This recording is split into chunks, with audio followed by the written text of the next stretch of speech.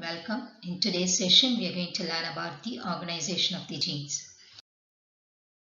To the various steps involved in the organization, let's see the advantages of the organization.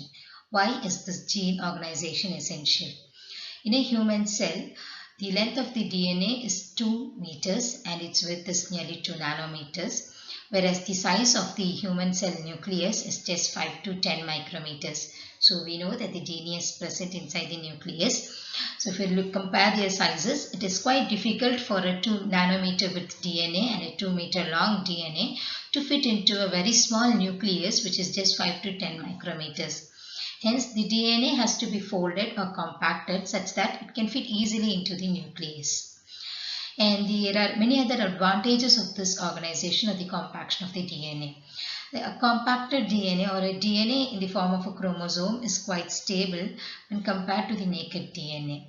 And this compaction also regulates the accession of genes. That is, it regulates the process of replication and transcription.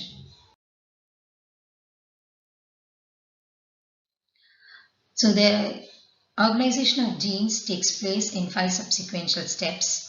So first, a 10 nanometer fiber is formed, followed by a 30 nanometer fiber which folds on to form a loop-like structures. These loops arranges to form mini bands and these bands arrange to form a chromosome. So from a 10 nanometer fiber till the chromosome, there is nearly 1000-fold compaction of the DNA. That is, the size of the DNA is reduced nearly 1000 times. There are many proteins that help in the organization of the gene. Actually, inside a nucleus, the DNA is not present as a naked DNA. It is always present in association with some proteins. So the proteins that are associated with the DNA can be categorized into 2 groups, the histone proteins and the non-histone proteins. So apart from the histone proteins, all other proteins fall into the category of non-histone proteins. So the proteins and the enzymes that are involved in the replication, the transcription process, all these fall under the non-histone proteins. The histone proteins are the major proteins which are going to help in the compaction process. So these are the most abundant proteins present in the chromatin. These proteins are basic in nature. They consist of many basic amino acids such as the arginine and lysine. So they carry a net positive charge, and we know that the DNA is highly negatively charged. So this helps the DNA to interact with the histone protein. So the histone protein is of 5 major types: H1, H2A, H2B, H3 and H4. Step in the organization of the gene is the formation of the nucleosome. So for the formation of the nucleosome, 4 major histone proteins aids in this step: the H2A, H2B, H3 and H4. 2 copies of each of this protein form a octameric core protein-like structure. So around this core protein, the DNA is wrapped. Our DNA wrapped around the histone octameric protein is called nucleosome. So this is how the structure will look like. So we'll have a histone core protein around which the DNA is wrapped. So the DNA makes nearly a 1.5 turn. So many such nucleosome-like structures will be formed. So the DNA that is linked or closely associated with the histone protein is called as the core DNA, and the DNA that connects the 2 nucleosomes is called as the linker DNA. So this gives a 10 nanometer fiber-like structure or 11 nanometer fiber-like structure to the DNA. So it is also called as 11 nanometer fiber or a 10 nanometer fiber, or it is also called as beads on string structure.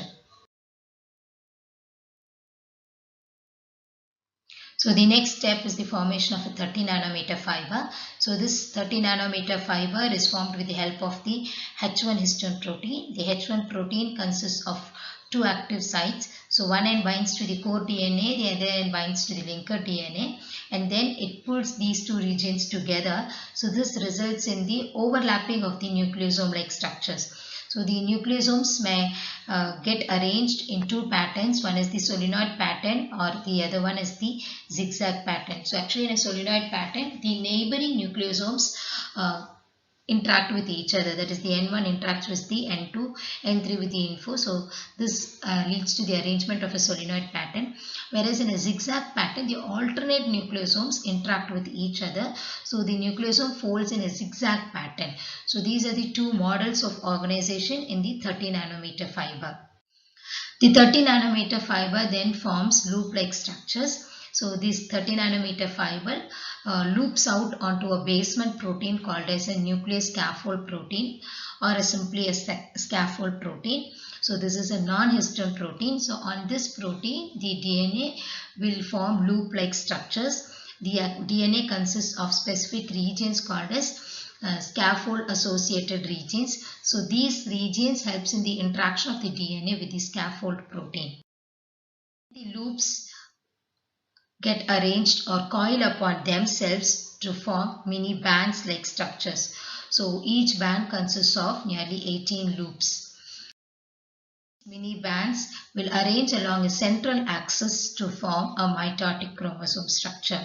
So from the 10 nanometer fiber, or from the DNA, naked DNA to the chromosome, there is nearly 1000-fold compaction of the DNA. That is, the DNA size is reduced to nearly 1000 times.